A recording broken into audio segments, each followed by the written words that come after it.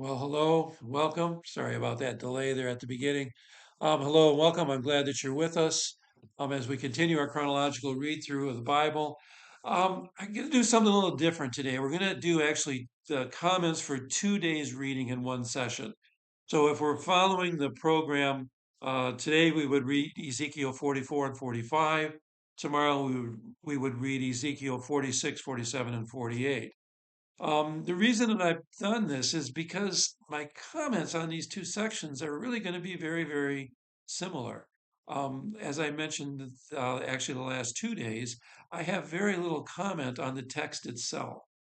Ideas and explanations are endless about just exactly what Ezekiel is saying here, how this has happened, or what we can expect.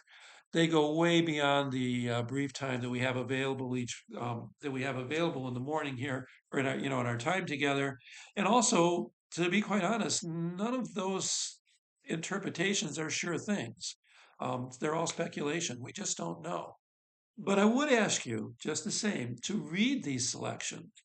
Read them from an eschatological point of view, in other words, an end of the world point of view, and think about the new creation after Jesus returned. Um, Remember also then that this is a vision. So we think about this in terms of the end times. We think about Jesus as we're reading this, and how does Jesus Christ figure into this? And we remember this a vision.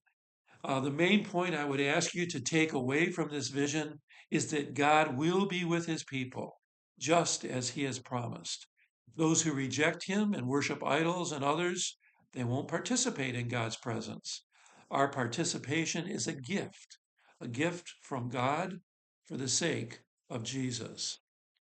Now, there really is no way for me to describe, in these uh, there's really no way for what's described in these last four chapters to be physically done on the earth without intervention of God. As you read them, you'll come to see that.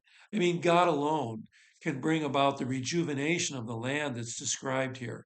The land begins to sound like Eden all over again. The river that flows from the temple is rich in symbolism and is clearly supernatural. Um, we, as far as the symbolism goes, we have the idea of baptism, water and baptism. We have the vision in Revelation with the river flowing from the throne of God. We have Jesus speaking about faith being like a spring welling up inside of us.